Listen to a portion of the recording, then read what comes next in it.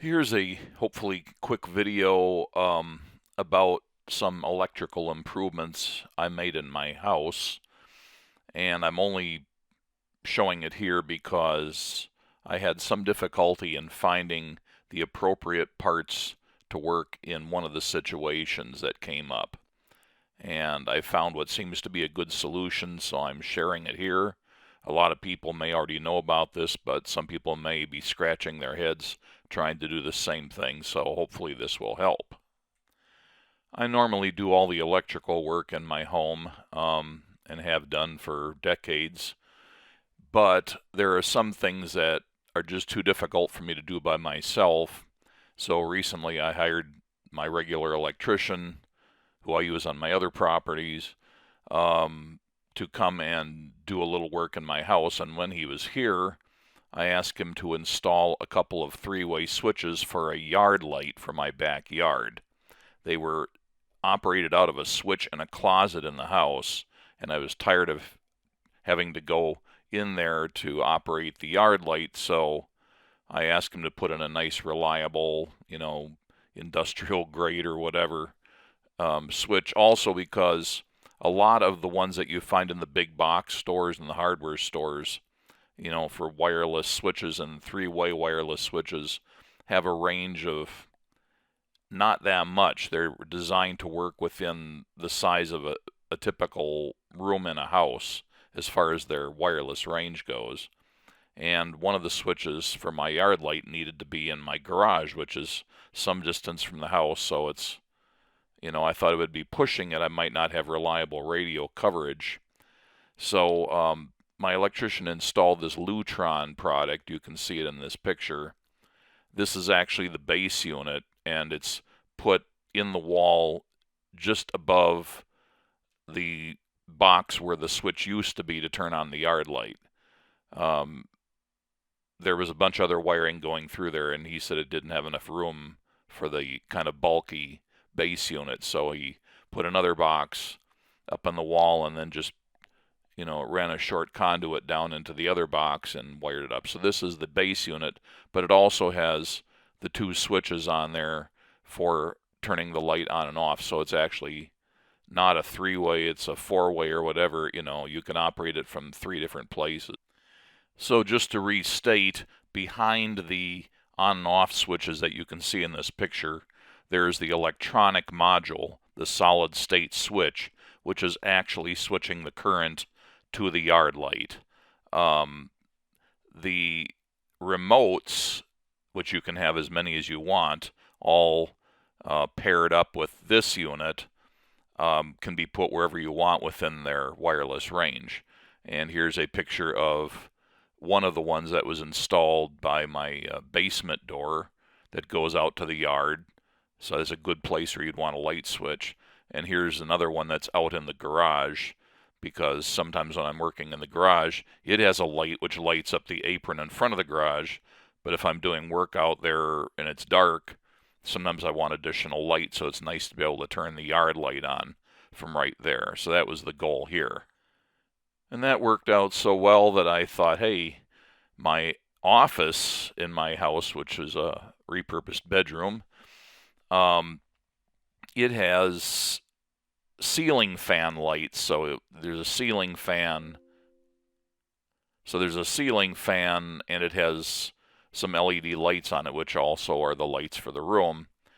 And you don't need the range that the Lutron thing was going to provide. But it turned out that Lutron one requires a neutral to it. And the electrical box or boxes for the lights for the office are just light switches. There's just a hot coming in and then a wire going off to the light fixture or the ceiling fan light fixture. Elsewhere, I have what's shown in this picture, where you can see the thing on the right. That's a ceiling fan controller, which also controls the lights on the ceiling fan, and that's, a wireless remote for a module which actually mounts up in the ceiling fan. And it can control the light as well as the fan on and off and fan speed. So I was actually looking for something like that that didn't have the fan part of it, and my electrician didn't know of any such thing that would only have 2 wires. So that was the conundrum and the purpose of me making this video. So I made a tour of the local big box stores, hardware stores, electrical suppliers, and amazingly, not a single one of them had a wireless light switch arrangement that could be made into a 3-way, or, as many remotes as you want kind of situation that would only require 2 wires like a traditional light switch. They all needed neutrals, and that boggled my mind because I knew that they could be made to use just the 2 wires that a regular light switch would have without the neutral, because the old ones made by Hunter that I use with my old ceiling fans were proof of that. So I finally found this item, and this is the Amazon listing here. It's by a company that looks like Suraielec or something like that. It's a Chinese outfit, but it's like $25, $26. So I bought one of them. You get the electronic module, that's the receiver and the base unit and the actual switch. You can see in the picture here the red and black leads. That's all there are. And then also a wall switch, which is the remote wireless transmitter. Now this is just a light switch. It doesn't have dimming capability. It's not a smart switch. You can't hook it up to Wi-Fi and control it from your cell phone or anything. It is just a wireless light switch, but you can have as many of them as you want to control a single base unit receiver switch.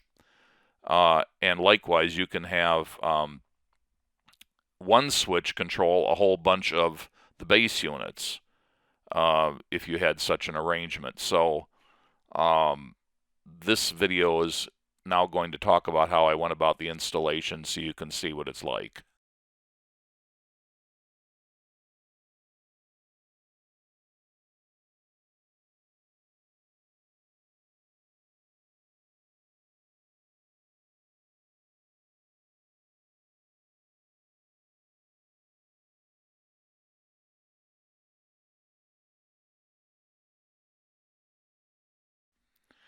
The base unit front side is shown here. You can see how big it is. It has a illuminated push button, which looks like sort of an eye on it there, that glows red when the unit is powered, if it's hooked up to a powered circuit. And you also click the button, and then the light flashes behind the button when you're trying to pair it up with another transmitter. Here's the back of the module.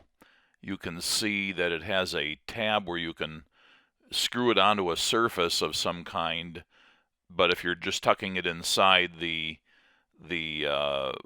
inside wall box or on surface of wall box that a traditional light switch might be in already, and you're replacing that with this, it's small enough to fit into the space that a traditional light switch would occupy, and there would be no need to use that screw tab.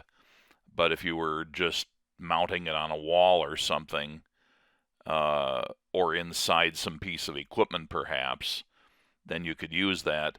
Now there's an antenna here. You can see its wire is wrapped around in a slot on the back. There's no need to unfurl that under normal situations. Here's another view of the back, rotated this time. You can see the ratings for it as well as its model number. You can see the 200 watt if you're going tungsten or incandescent, and 100 watt if it's LED. I think that's sort of misleading because it doesn't say whether you're talking about equivalent wattage or actual wattage, because it says elsewhere that it's good for 2 amps.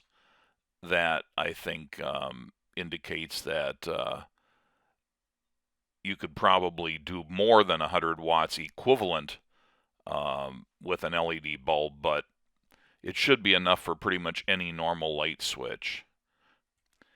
There's also a small wiring diagram here which shows the line connection has to go to the black lead on the module, and then the red lead of the module goes to the lamp, which they're calling the lamp load, and then it shows the return, which presumably would be a white wire, neutral, but instead of saying neutral, they say load, which is totally incorrect. You would not have a load there. That would be your neutral. I don't know how they made that screw up, but they did. Anyway, suffice it to say that you've got the two wires, and they go where a traditional light switch would go in the circuit. I tested the lamp control out while the module was still hanging outside of the wall box. You can see the red LED behind the button that's indicating that there's power applied and that the circuit is complete. Here's another photo to show the size of the base unit module. It's tucked inside the wall box where the original traditional light switch went. So it fits in there pretty nicely. It's not too deep. And the switch itself, the remote switch, which could go on in front of here, although you don't have to put one here, it could just go in a box by itself. That doesn't project inside the box. The switch is flat on the front right behind the cover plate. This photo shows how the included remote switch goes on. It just mounts with the same screws that would normally mount the traditional light switch. But there's also included with the kit a thing you can put this into if you're just surface mounting it onto drywall or something, if you don't already have a box in the wall to mount it into. So all that stuff is included. What is not included is a cover plate for the switch if you're mounting it by itself. But that's just a normal one that you can buy at any hardware store if you go that way. This is a dual cover plate that I bought at the local hardware store. The left side of it is for a traditional toggle type switch, and the fan speed controller I have mounted in the left half of the box, it's designed to go through such a hole, and then the knob covers up the small rectangular cutout, and then it has that more modern, I forget what it's called, opening on the right-hand side of the cover plate, which is what the new switch goes through. Well, the whole point of this exercise was to turn the original switch into a three-way switch because the room has two doors going into it from opposite sides. And here is the existing box in the next room for the second doorway. And I used to have a different switch on the left side of it.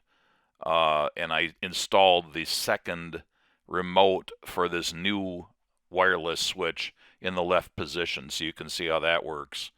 The thing on the right is the aforementioned Hunter ceiling fan and ceiling fan light remote control panel, which I've had in there for 20 plus years.